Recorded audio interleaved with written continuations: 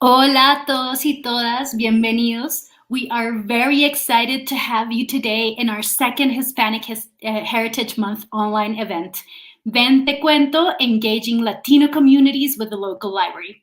We have a very special guest who I will introduce in a few seconds, but first, my name is Maria Pautasi, and I am responsible for communications, alliances, and news for Makimaka in the USA. For those of us, for you who are joining us for the first time, Makimaka is an online platform that provides schools and libraries in the United States with children's books in Spanish. We are currently based in Bogota, Colombia. This is where I am right now. But along with Lectorum, the largest Spanish language book distributor in the US and our exclusive sales partner, we are now present in library and school systems across the United States. Our digital library includes more than 1,500 books, originally written in Spanish and published by some of the most prestigious publishing houses in Latin America. We have books for beginner readers, intermediate, and advanced. So if you are looking for books to read with your child at home, check if your local library has Makimaka. We also run an online events reading promotion program that reaches teachers, librarians, parents, reading promoters in the United States, Latin America, and Spain. This is where you are right now. And to close our Hispanic Heritage Month celebration on October 13th, several Makimaka authors will share here their stories on how they migrated from one place to another and they thrived. So if you're watching us via YouTube, make sure to hit subscribe or follow us on Facebook and Instagram to learn more about our future programming and our upcoming events. Also, if you are interested in finding more Hispanic Heritage Month programming, consider attending the 2022 Latinx Kidlit Book Festival, Makimaka's community partner. This is a free virtual event that features Latinx authors, illustrators, and books. And it kicked off last Thursday, September 15th, and it goes through October 14th. Yesterday, for example, they had an amazing workshop on inspiring children to write about their identity. So if you are interested in attending this, check out the link that is right here below, and you will find their schedule. Now, let's begin. As I was saying, today we have with you a very special guest. She is Multnomah County Library's Spanish Bilingual Youth Librarian, Patricia Mora. After receiving her master's in library and information science, Patti has worked with public libraries in the states of California, in Oxnard and Oakland, and in Oregon, in the city of Hillsborough. She is a member of Reforma, the National Association to promote library and information services to Latinos and Spanish speakers, and a board member of Street Books, a bicycle-powered mobile library that serves people in Portland, Oregon, who live outside. Patti, as she has told us, is fueled by the transformative power of learning and a deep commitment to the community. We are very excited to have her here because I'm sure we will all learn from what she has to say today. So here she is. Hola, Patti, bienvenida, welcome. Hola, ¿qué tal? Thank you so much for the invitation. It's lovely to be here with you all. We're so happy to have you here. So let's start.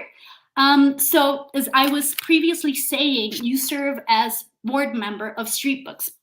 This is an organization that since 2011 serves people living outside in Portland by lending them books. No ID or proof of address needed, just being interested in reading. Can you tell us a little bit more about Street Books and what you do there? Of course. And then also interesting fact, I realized the other day, Street Books started in 2011, and that's when I became a librarian. So we have similar anniversary dates. But I joined Streetbooks about 6 years ago when I was first living in Portland. And it was a good connection because I was working in the downtown library and working with mostly adults and Spanish speakers. And they were serving the day labor center across the river. So I became a volunteer and was helping with that shift.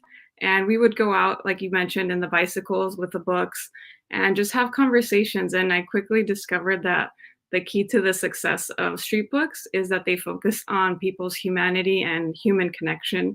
And like you mentioned, removing barriers. So with the library, we sometimes have barriers like requiring photo ID, and we used to have fines for late items, things like that. We no longer have that at Multnomah County. And a lot of libraries have removed those barriers, but it takes a while to shift the culture and to build people's trust. So Street Books is a great family and team of folks that has continued to serve the community even in the pandemic. And they've been out on the streets every week.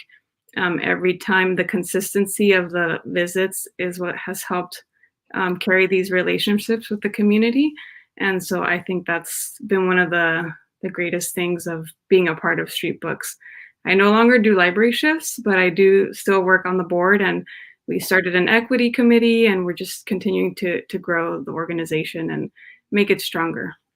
Okay, no, that sounds great. You were talking about removing barriers. So I had this question: as a librarian, what are some of the most valuable lessons you have learned at Street Books? Yeah, great question. So I mentioned the humanity and connecting with people is a big thing. I think sometimes we're focused more on the way things have been traditionally done in libraries and continuing the status quo. But I think that from being involved with Street Books, I learned to question what we're providing and who we're actually serving. And the public library is intended to serve everyone regardless of who they are and what class or what financial situation they're in. And so a lot of people that live outside struggle with financial stability, with mental health, sometimes substance use. And so I think working with Street Books reminds us of that we all deserve human connection, to be part of the community and to have conversations and to be treated with respect. So that's what Street Books has taught me. And that's, I think, part of our mission, to meet people where they're at and to really, really support as best as we can. Sometimes it's not just the book is a tool. It's like the bridge of connecting with people. One of our board members, Ben, says that Street Books is like the glue that the books are made out of. It like holds it all together. So I think that's what it is to me too. So and just a little follow-up on that. I mean, what can you tell librarians? A lot of people here are librarians at or some of the different libraries that work with Makimaka. What can you tell librarians, and especially those serving underrepresented communities, what you have learned from Street Books? How can you take this learning experience into action, maybe in a different context? Yeah, I think part of it is internal work that we do as individuals and assessing who we are not serving, and also any bias that we have, because sometimes we have biases that we're not aware of. And so just making sure that we are serving everyone in the library with respect and not assuming what their needs are, but really making an effort to connect and to hear what people's needs are. Sometimes there's incidents in the library about certain behaviors. And so we just really need to continue to be empathetic to people's situations. Sometimes people are going through mental health crisis in the library. And so responding to those in a way that we de-escalate the situation and have empathy, I think is something that we are continuously working on in libraries. Another one is to start a bike library to reach people that are not coming into the library, because as we've learned with all of these virtual tools, there are ways to get to people that are not already coming in. And so the library is a tool that we use to meet people exactly where they are. And so we've used at Multnomah County Library, being part of Street Books has inspired me to use our library at the county library, our bicycle, to reach communities in the parks or to go out to the plaza and do events out in the plaza with a bicycle. Yeah.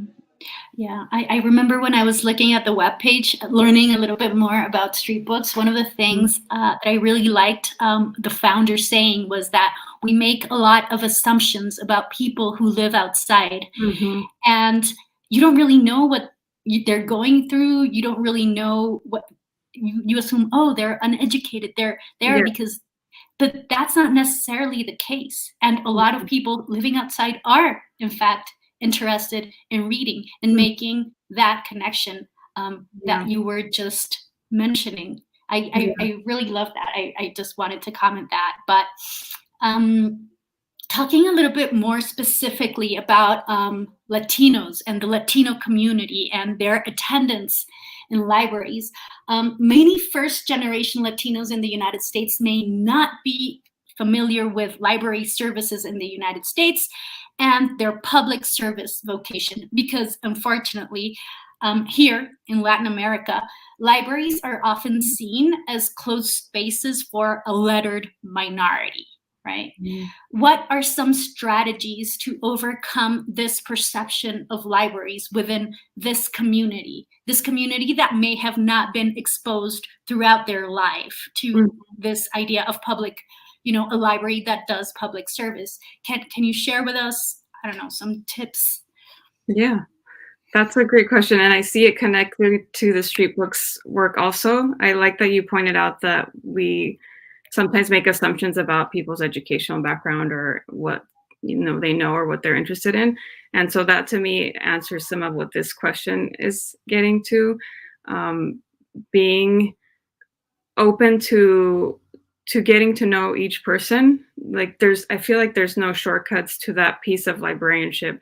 Getting to know the community and the individual people that are part of that community is, I think, the key part for me. And I was going to share an anecdote about street books, that when I would go to the Day Labor Center, I was reminded of what you just said, because there was people that were doing construction work, but in their home country, they had an engineering degree, or they had skilled knowledge about some other field, but because they were in the US, they were not able to practice that, or they were lawyers, but in the US, they were doing some construction work and they had a lot of knowledge to share.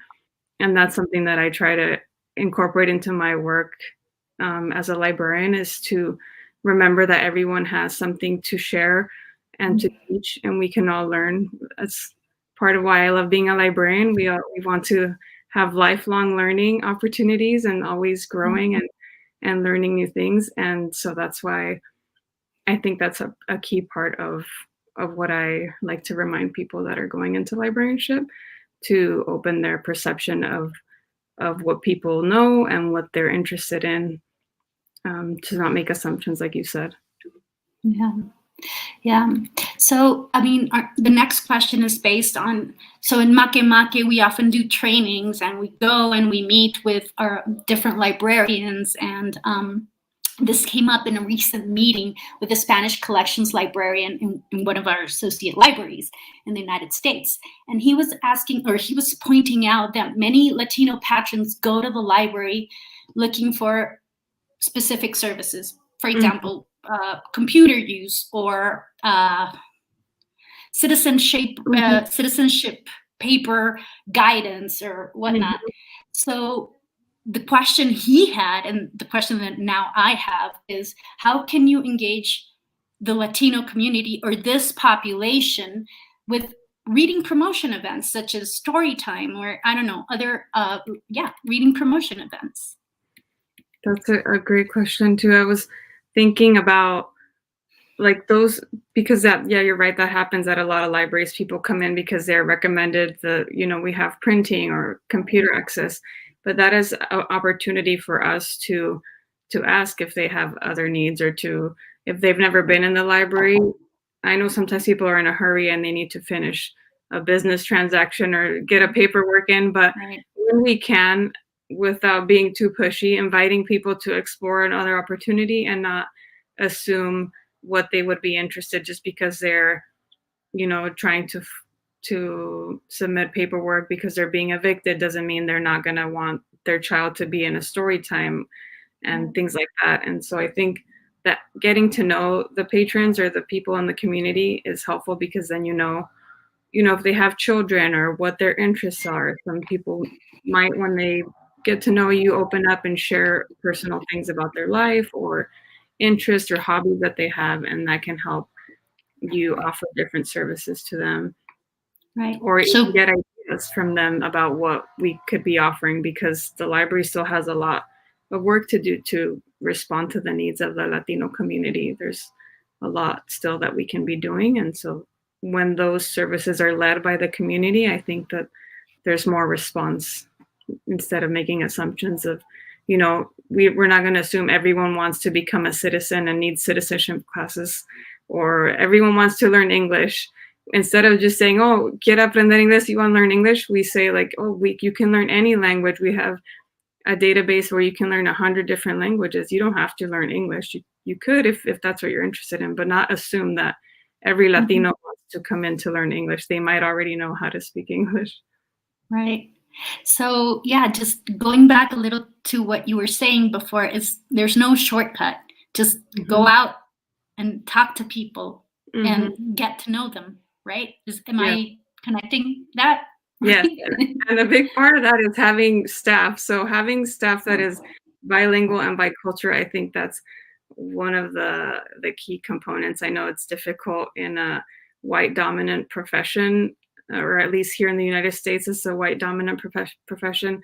To find bilingual and bicultural staff is a challenge, but I think it's just so important, because you need to make those connections with the community, and those staff members need to be part of the community. And so that's why I'm proud to be part of Multnomah County Library, because we are, trying to get more staff in different cultures. We have, Indigenous staff members, we have, different languages represented, and we're always trying to improve the staff.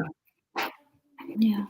So I may want to ask you a little bit more about bilingual staffing later, but I am going to ask you about story times, because you led a very successful online story time at the Oakland Public Library with Afe, Afectuoso Perezoso, a stuffed sloth. So yeah, you recently told me his complete name. I just wanted to know a little bit more about how Afe's character was born. Was he part of an in-person story time? Is he a digital native? I just find him as a wonderful character for your story times. Can you tell us a little bit more about that? Absolutely, of course. And Afe is also here in this interview, but he's sitting to the side. I've actually never used a puppet or stuffed animal in a in-person story time, and Afe I just created because my brother gave me the sloth animal, and I love sloths because they remind me to be present, and I think they're adorable.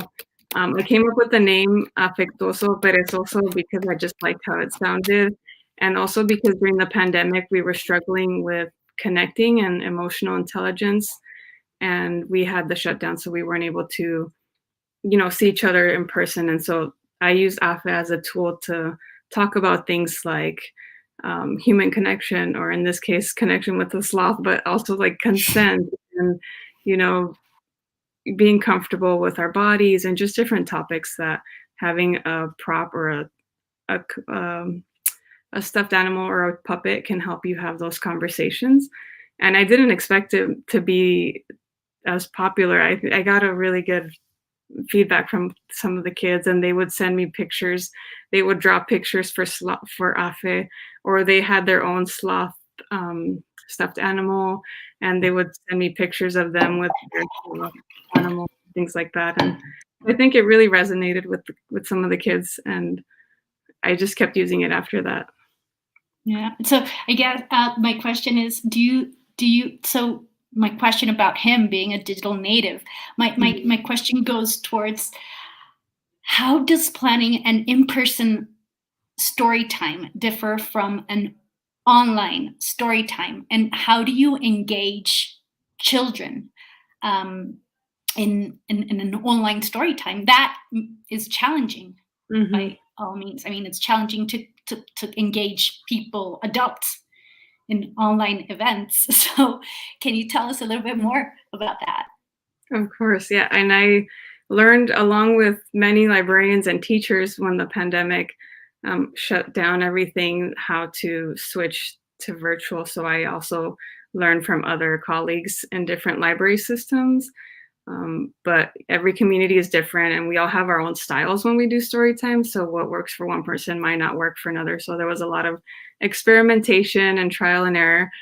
But some of the things are similar. Like we have some of the ingredients, like some kind of ritual or hello welcome song that we do, and a read along or read aloud.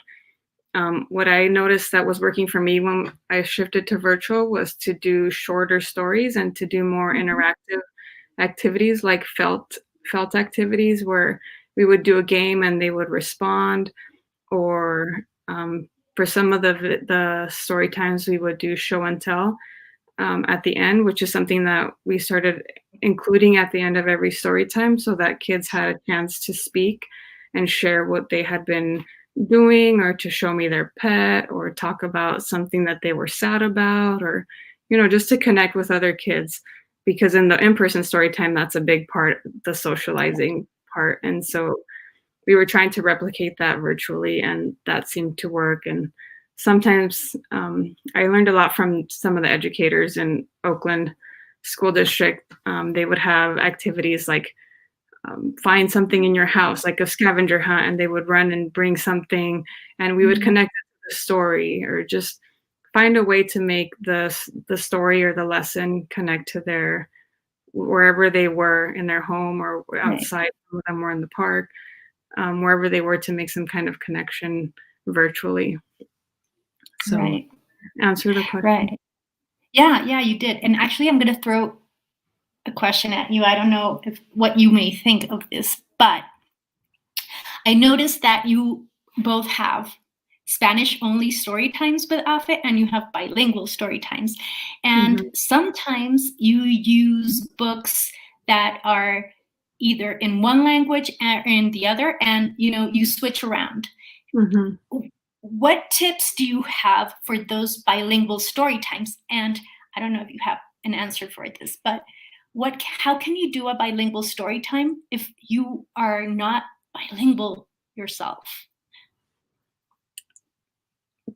Okay, so those are two questions. I think it can be a little controversial, or just people have different beliefs about the language. Some people think that it's not a good idea to mix English and Spanish, but also like there's different levels of bilingualism in families, and sometimes there's Latino families that did not have the resources or opportunity to speak their language, but it's part of who they are, their identity, and they want to learn Spanish because their parents didn't teach it to them. And now they want to teach it to their children, or situations like that. And so we just want to be mindful, like, of who the intended audience is, and be clear up front if a story time is all bilingual or all Spanish.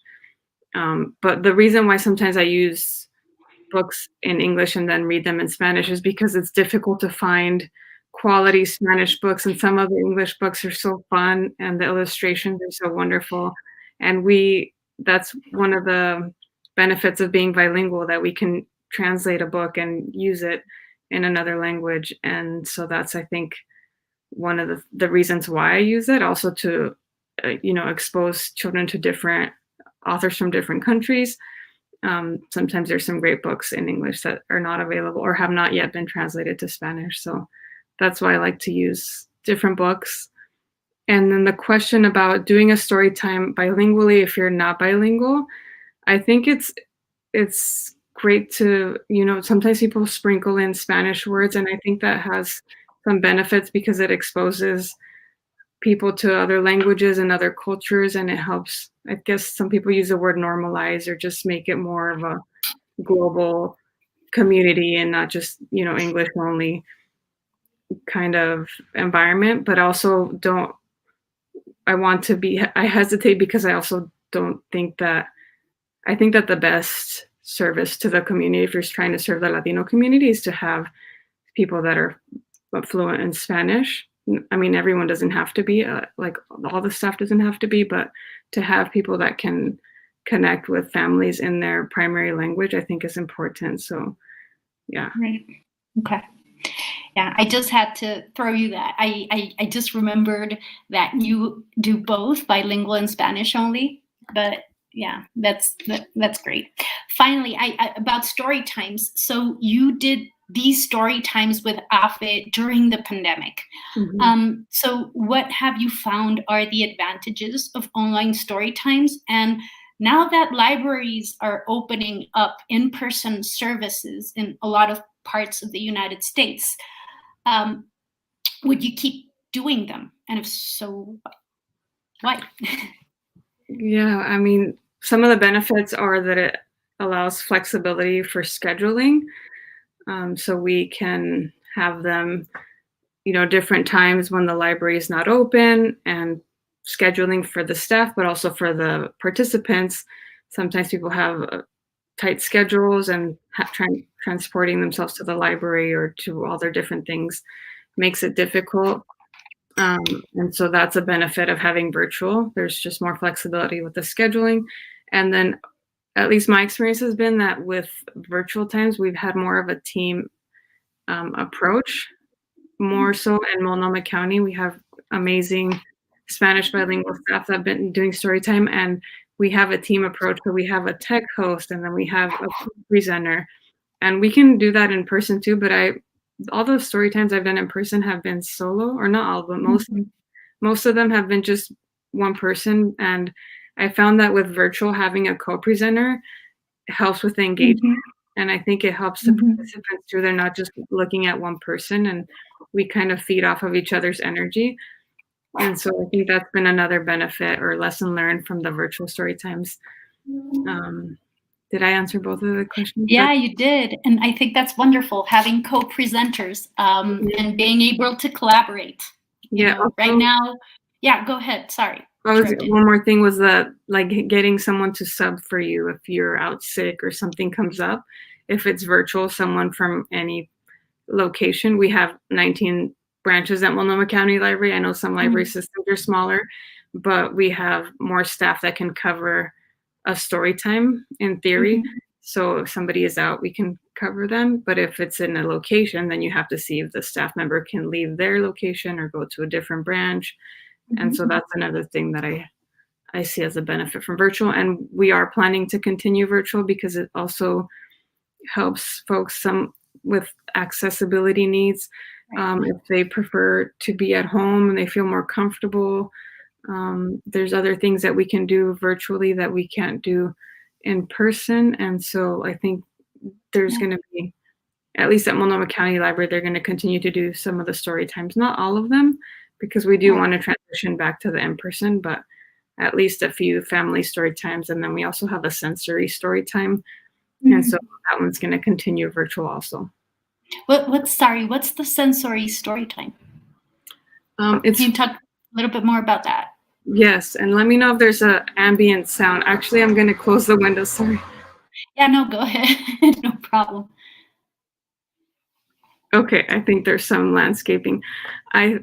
Sensory story time, I've never presented. I haven't done the training to present a sensory story time, but it is geared towards students or children that are on the spectrum and that might have different needs. And so I think one of the things that they use that I have seen is use a visual board of like what activity is going to go next. And so they'll have like a pictogram of like, right now we're going to do this song. And so they'll sing the song, and then the children know what's next. So they have that safety of like the predictability of what's next in the story time. Okay, so in a sense, it's an issue of accessibility, right? Having your story times accessible to different populations, right? Okay. Well, I want to move on to our next topic, and it's collections, organization, and use. So, working as a Spanish bilingual youth librarian for all these years, you have helped develop diverse collections for the different libraries you've worked at. So in your experience, what are the considerations librarians should take into account when building collections in Spanish? Yes, the first thing that comes to mind, because I also for a few years did the selection for Multnomah County, and so I was part of my job was to order materials for all the locations, and I learned how it's so much more difficult to find materials in Spanish, and so it takes more time and more resources, and that's one of the reasons why I love Makimaka, because I get to expose myself to other authors that I didn't know of before, other publishers, and going to the book fair like the Fil in Guadalajara has been really helpful. But I think that, yes, one of the things that I would recommend is that people, if they really want to make a quality collection in Spanish, is to invest staff and resources in the form of budget, because oftentimes the budget is very small for Spanish, and sometimes these books cost more money, and it's just really worth it to get quality books, not just whatever you can find in Spanish or translations, which are great to have all the popular books translated, but also, quality authors and illustrators like the ones that are in Makimaka's collection, I think is great. And is that your question? Yeah, I mean, you've been to different fairs. You've been to Guadalajara. You've been to different book fairs. So what would you say to a librarian that either does not, they work at a library, that they want to invest in their books, in their collection in Spanish, but for some reason they are not able to travel abroad or, have that access to, that exposure to those books?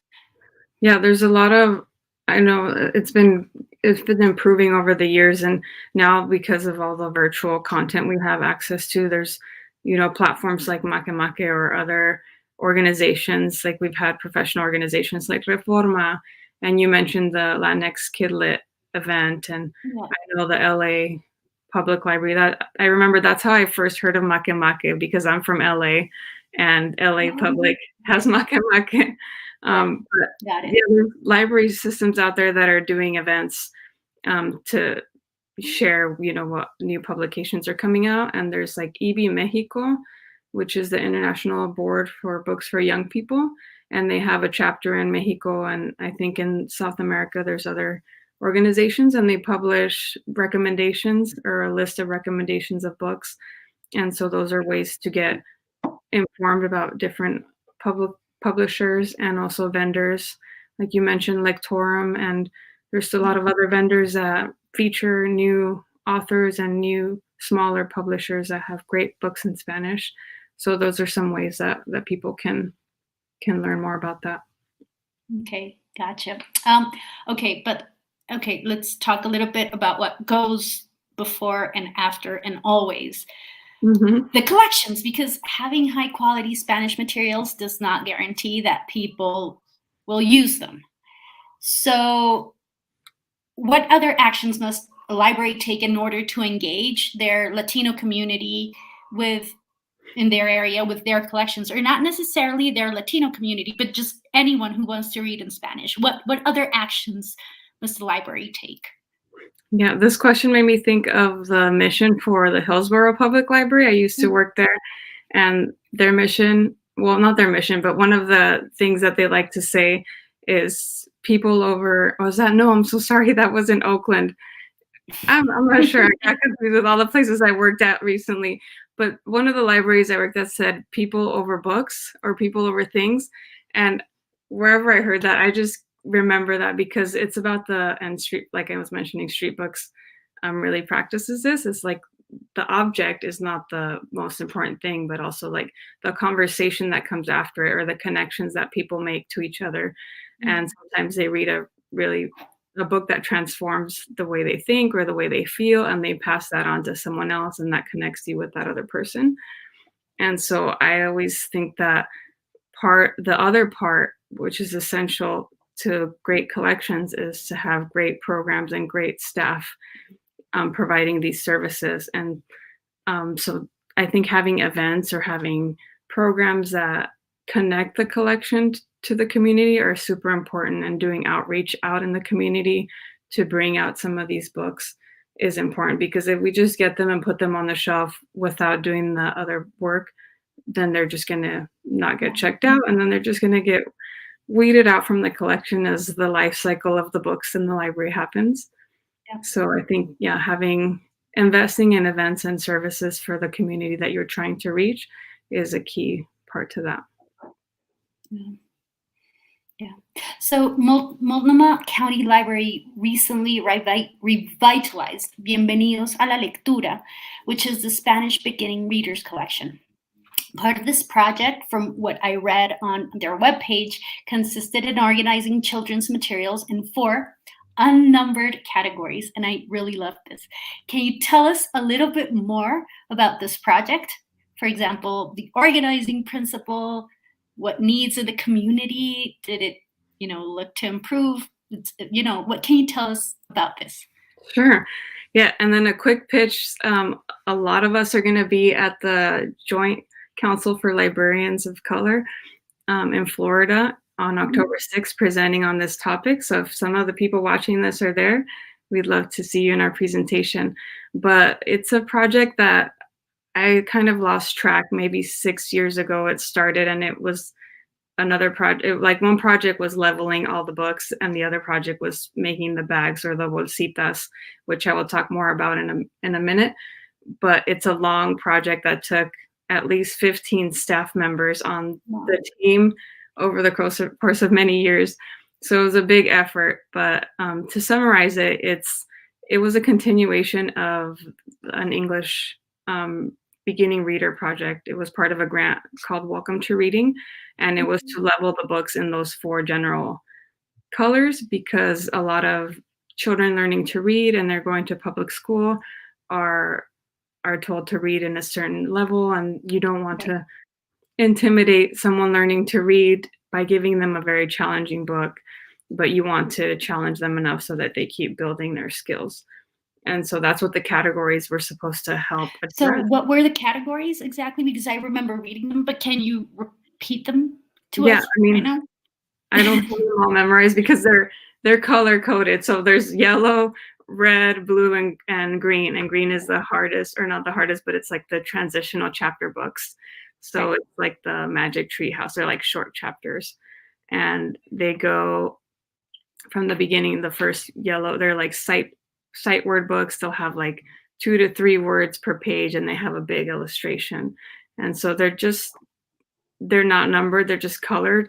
And we always try, I shouldn't say always, but we try to recommend that people don't get, stuck in one category, but, just get books from different categories. And then we also sometimes recommend the rule, of like the 3-finger rule. If there's like, depending on how many challenging words are in a book, you want to have a good balance of like enough challenge, but not overwhelming for a reader, so that they get, frustrated and stop trying to read. But I could pull up the names of the categories. It's like, I can't remember them at the moment, but I can definitely share more about that, or people can go to Multnomah County Library's website and read about the different categories and the whole history.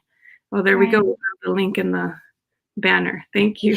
So one of the things was, the idea with not having them numbered is that numbers, in a sense, we have this idea of numbering systems as hierarchies, right? Yeah. So number 1 is better, worse, or whatever.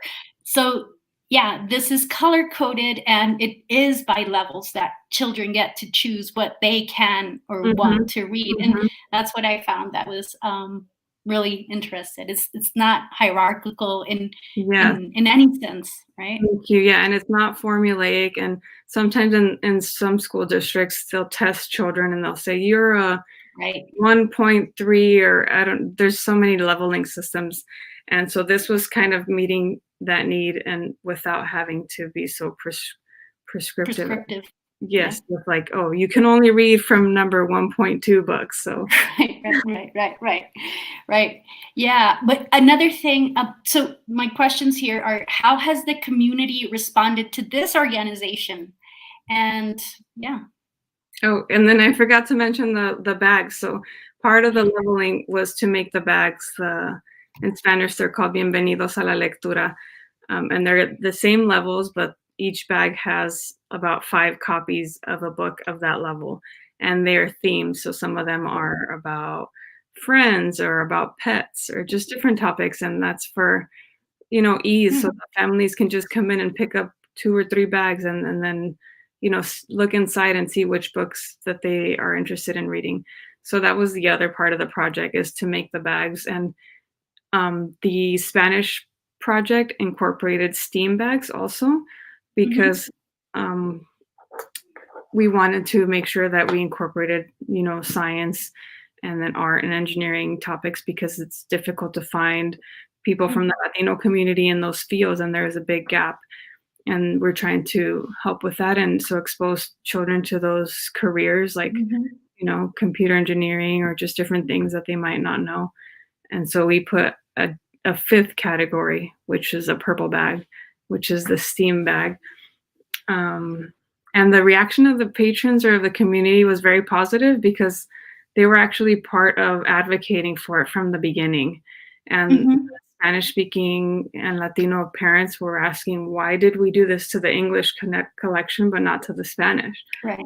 And some of the staff members were saying the same thing. So we elevated each other's voices, and we used that to advocate for the project to incorporate the Spanish collection as well. But as some people know, sometimes it's not just a matter of replicating a service for another community in a different language.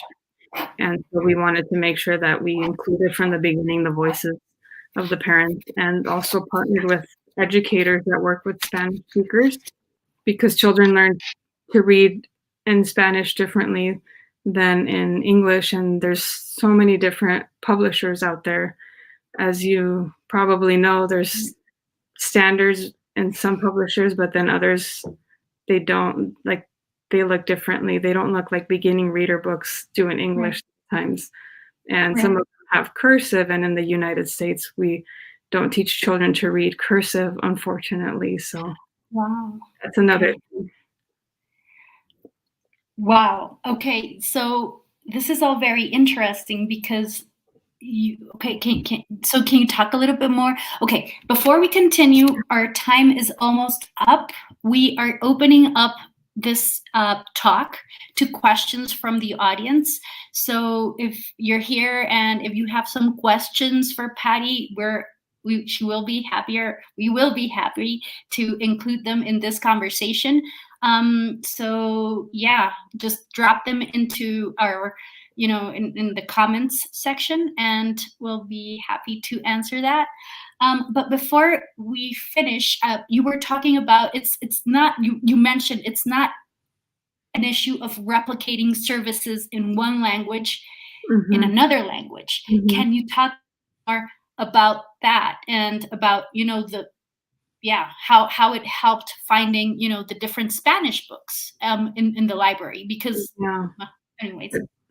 Of course, yeah, it's difficult because, there's not the same amount of access for publishers from Latin America, and so I think that that's one of the barriers. And even in the US, to have diverse voices or diverse authors in our English collections is a challenge, but it's even more in Spanish.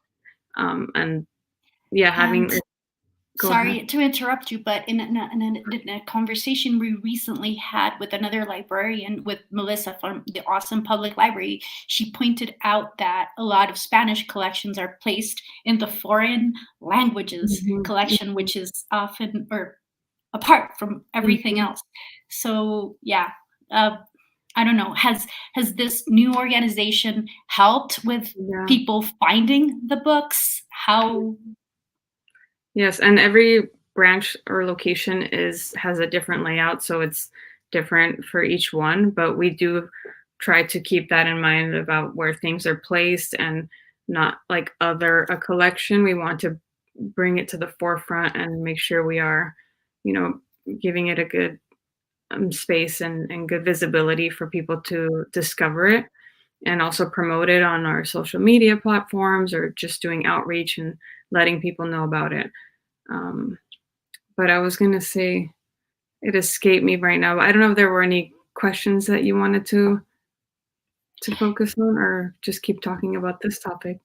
Yeah, well, okay, so let me see. I do have another question, and is one of the different problem or the difficulties we have with Makimaka in web pages that in a sense can be Mm. seen as library layouts, but in virtual.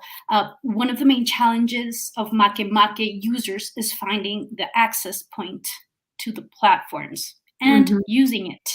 This is something that we live with. Any ideas on how to improve discoverability of children's book in digital resources in Spanish, such as Makimaka? Yeah, I think part of it is helpful to incorporate it into our programs like Storytime to feature a story from a platform like Makemake, or just to use different mediums to tell our stories. And then also, I think part of it is shifting the culture too, because digital books sometimes have a bad stereotype. Just screens in general, we're just inundated with digital things, and so sometimes we don't see the benefits of that. And so Right. I think that talking about Right. how digital books are tools, and the more of them you're familiar with and incorporate into your day, I think you can use them for different things. Some people use audiobooks when they're traveling, and Right. just they engage differently. So I think that like the interactive books that Makemake has are so fun, and I think those would be great to feature in a virtual story time, for example, or at an event out in a Yeah. park. Um, but yeah, I think that would be a good thing to try out, to incorporate it into programs that already exist in the library. Yeah. And by the way, this is also a little pitch I have for people who are not familiar with it, but Makemake does have a Hispanic Heritage Month collection that has been added to the different libraries that we are present in the United States. So that is a way that we internally try to, uh, make available to you or to Makemake users so that they can easily find books that might interest them. We create collections, but and library just as book lists in different libraries do to promote their Mhm. different collections. Um, I guess, Patty, I think we're out of time. And we have questions from the audience, actually. So I wanted to leave room for people to ask questions. Let's see, here we have one. Hi, Patty. Have you ever used an ebook from Makemake in an in-person story time? Okay. That's a great one.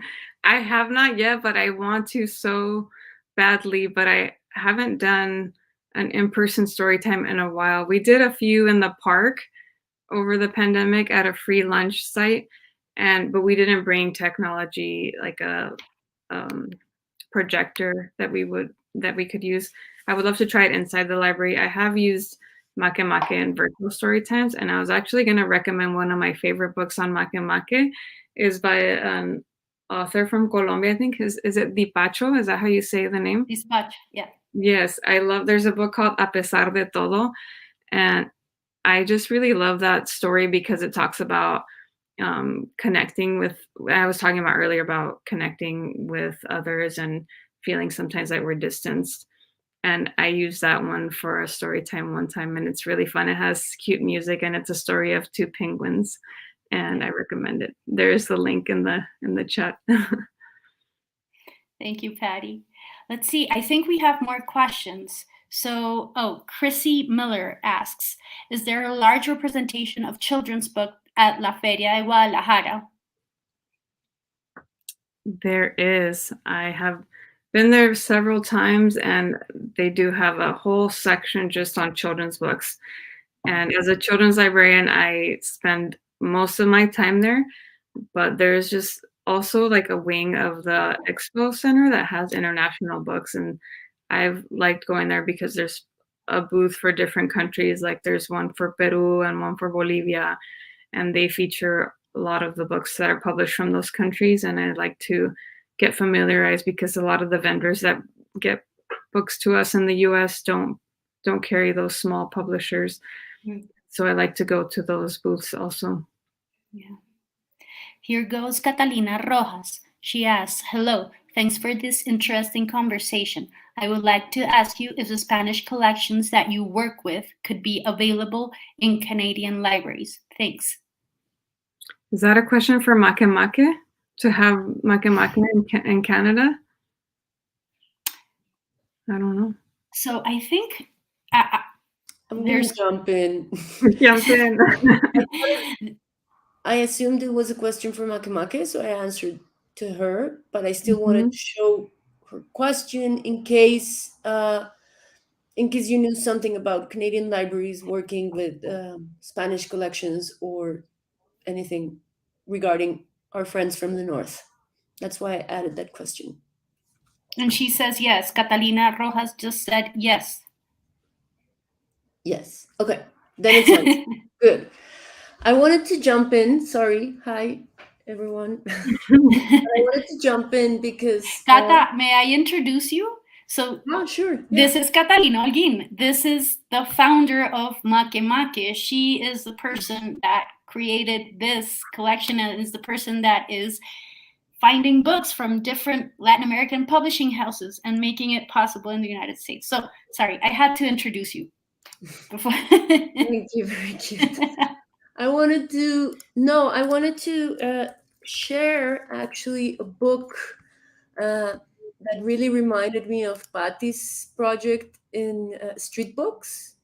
And it's called, I'm going to share my screen if I can do this. How can I do this? Hold on. I'm going to do this. I can do it. Here. This is a beautiful book. Can you see my screen now, Paula?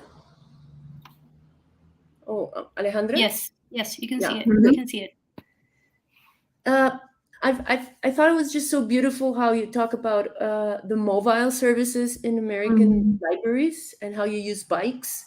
And in Latin America, there's a strong tradition of mobile services. And this particular book is a beautiful story about a bibliomóvil in Honduras.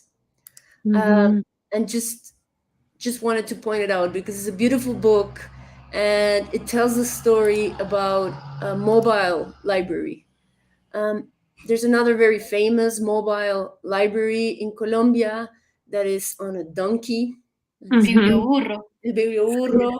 Yeah. And there's, I think, another book that unfortunately we don't have, but there's just a strong tradition, a long tradition in Latin America for mobile services. So for me, it's just so beautiful and so surprising to see that this idea of reaching out to communities in different vehicles and bringing books around also happens in the US.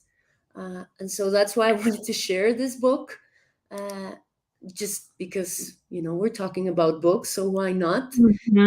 And also just our experience in Colombia, particularly with Makimaka, has been, the books are actually very much used inside the buildings and inside the classrooms, using the screens like TVs, or using... Stop sharing. Hold on. Stop sharing. Or using video beams or video projectors. Our libraries, a lot of them have video projectors. And before Makimaka, I know our librarians, used to do like PowerPoints with pictures taken from the books. Because sometimes when you have a very tiny book and you want to do story time with kids, they can't really see. So what we realized was that our librarians were taking pictures of the books, making PowerPoints, and then showing them on a big screen so the kids could actually look at the images and read, while at the same time holding the book, the tiny book, in their hands.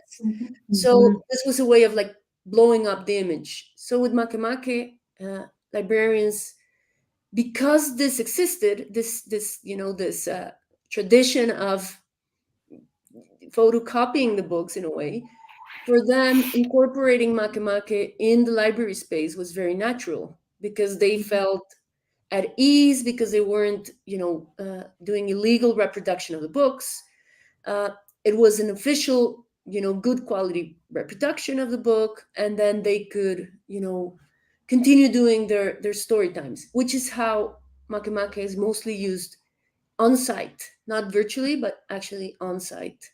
So it's funny how you say that you haven't done it in the space, and I thought that's an interesting difference between maybe our communities. And the other thing, pandemic because of COVID. Sorry, I didn't mention that. yeah, of course, COVID obviously helped or not. And the other thing that we've noticed here is that because books are so expensive for regular Joe people, the digital access has helped in promoting inclusion. So, and in a way, because transportation is difficult for some people or expensive sometimes, just having the digital access has felt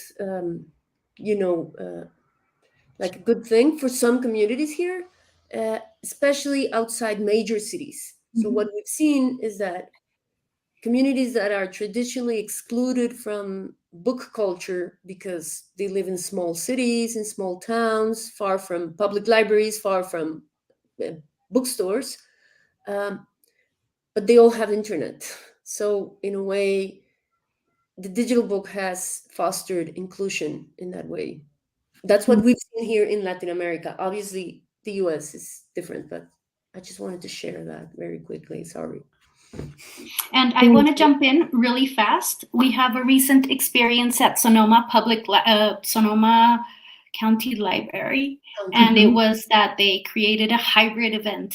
And it was just because originally it was online and they did not have enough registered participants. So one librarian said, well, I'm going to project it and I'm just going to bring in people that come into the library and I'm just going to show them the event.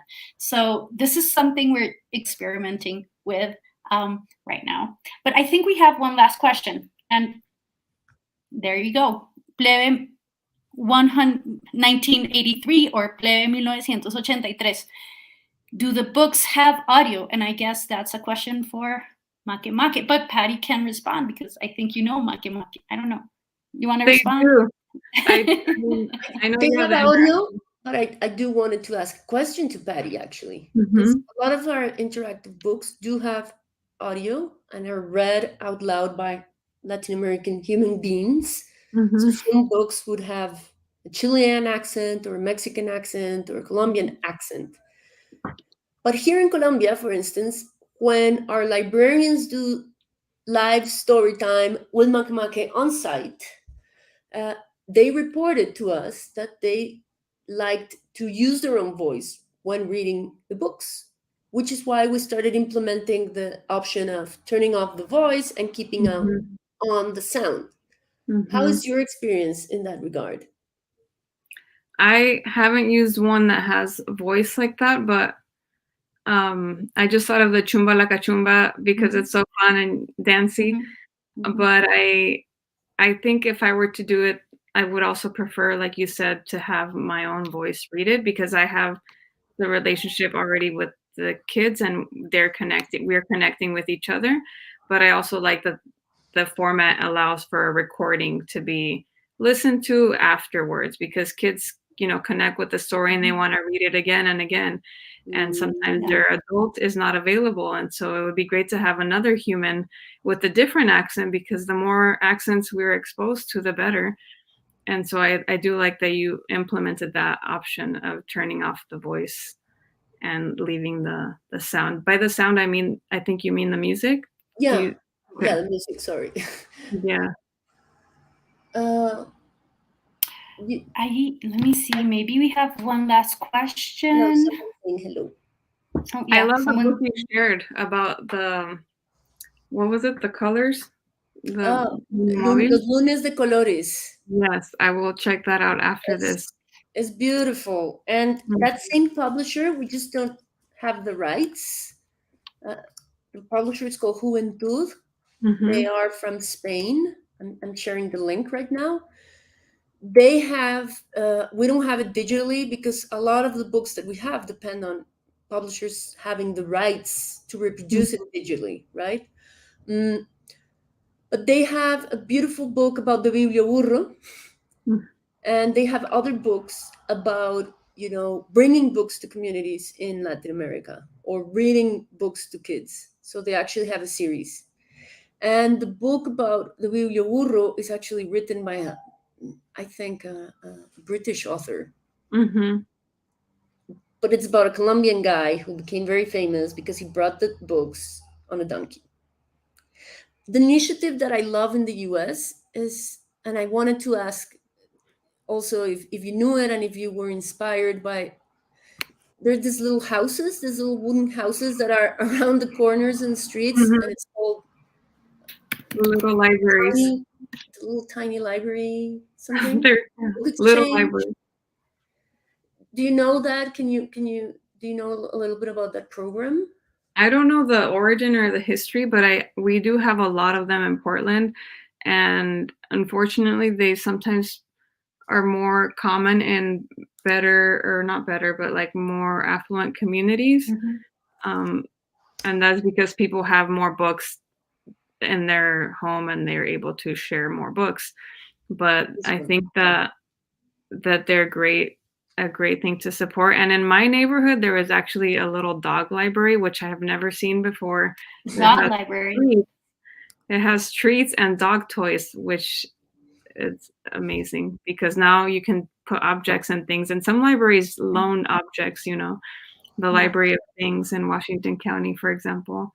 But that's the program, littlefreelibrary.org. And I know some libraries like the Oakland Public Library will put books in there, or I think Multnomah County Library also sometimes puts books in there. So yeah, we are part of the system. 1983 says here we have them everywhere. People leave books and take books.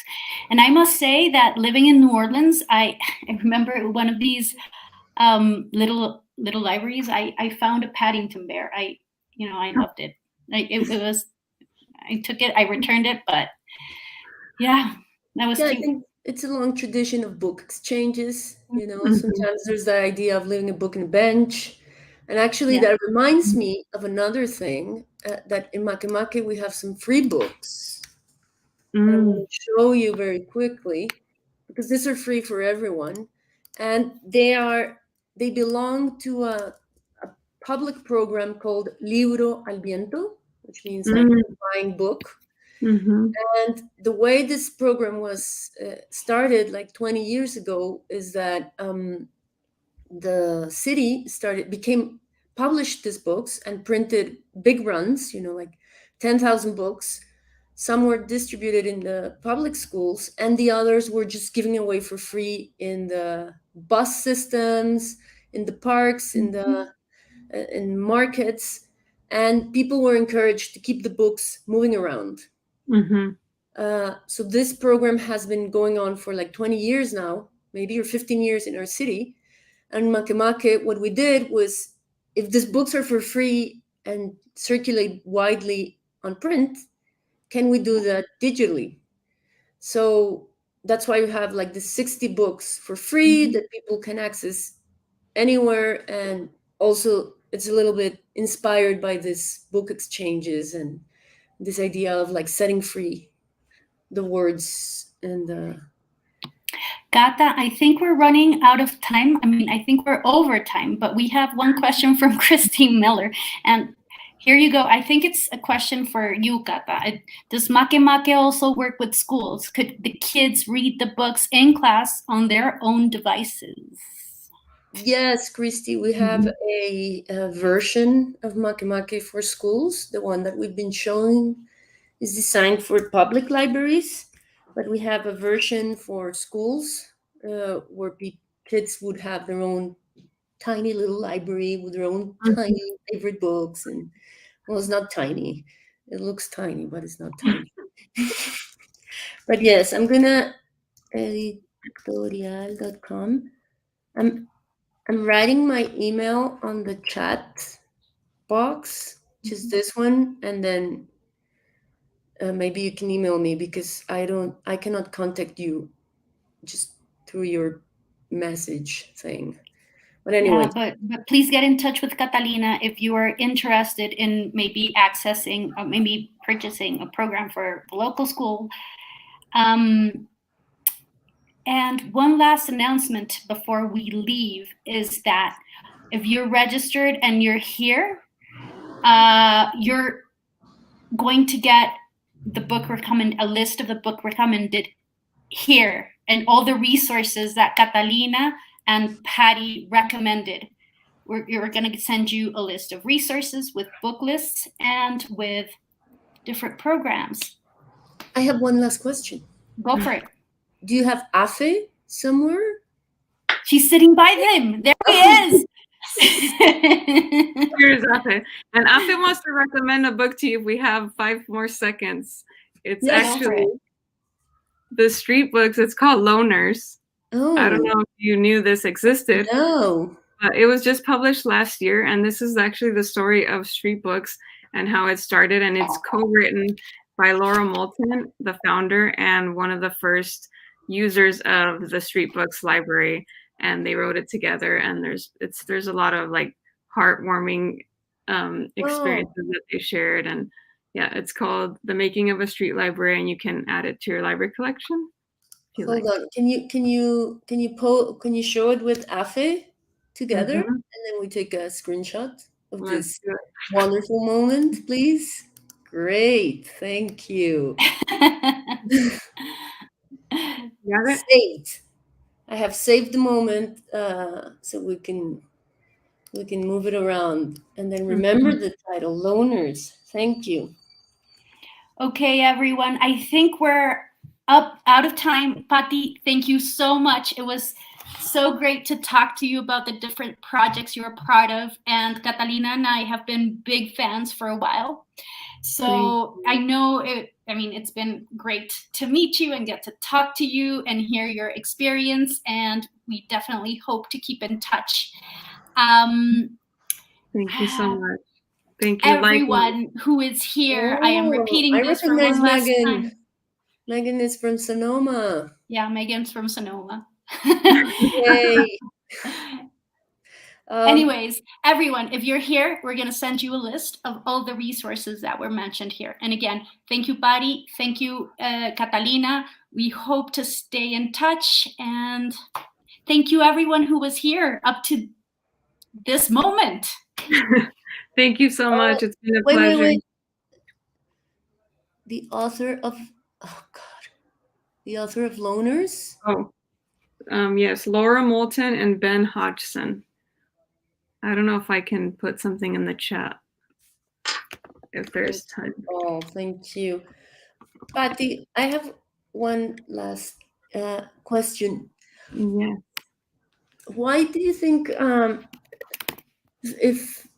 I know, obviously Makimaka is in a few American public libraries, like Oakland and Los Angeles and Boston and Austin. And so how should people, if they don't know anything about digital resources, how should a librarian, guide somebody who maybe wants to access digital resources, but they think they're not very capable of, they don't feel very, tech savvy? Yeah, thank you. That's like a library, you're talking about a library user, not a staff member, right? Or maybe both, Maybe you think, oh, this is interesting, but I feel intimidated by computers. I just want to read a book. I don't want to become a programmer. I think that it's part of our philosophy of libraries to try things and experiment. And I know as we grow older, I think sometimes we're more hesitant to make mistakes, but we're not going to break the computer. Like Makimaka is very user friendly. So I would just encourage people to play around with the different buttons and different view modes, and also come to the library because the library has staff that can help we always invite people to bring their device to the library, and we can help them set it up and walk through with them. Or we also do it on the phone. It's a little bit harder on the phone, but they can also like tell us what they're trying to do, and we can walk them through over the phone. But yeah, taking that step to try something new, I think it can be difficult for some people, but it's worth it. It's really fun. It's a great platform. All right. Well, thank you so much. And thank you everyone who was around, and we'll see you in the next Makimaka event, which is going to be in October, and it's about migration, and it's going to be fun because we have people from Guatemala and Venezuela and the US, and people and authors. So we'll see you next time. Wonderful. Thank you so much. Bye, everyone. Thank you so much, Patty. Thank you, everyone. Likewise. Saludos desde Portland. Saludos desde Bogotá. Sandra, Berkeley. Nice to see you, Berkeley. Thank you so much. Bye.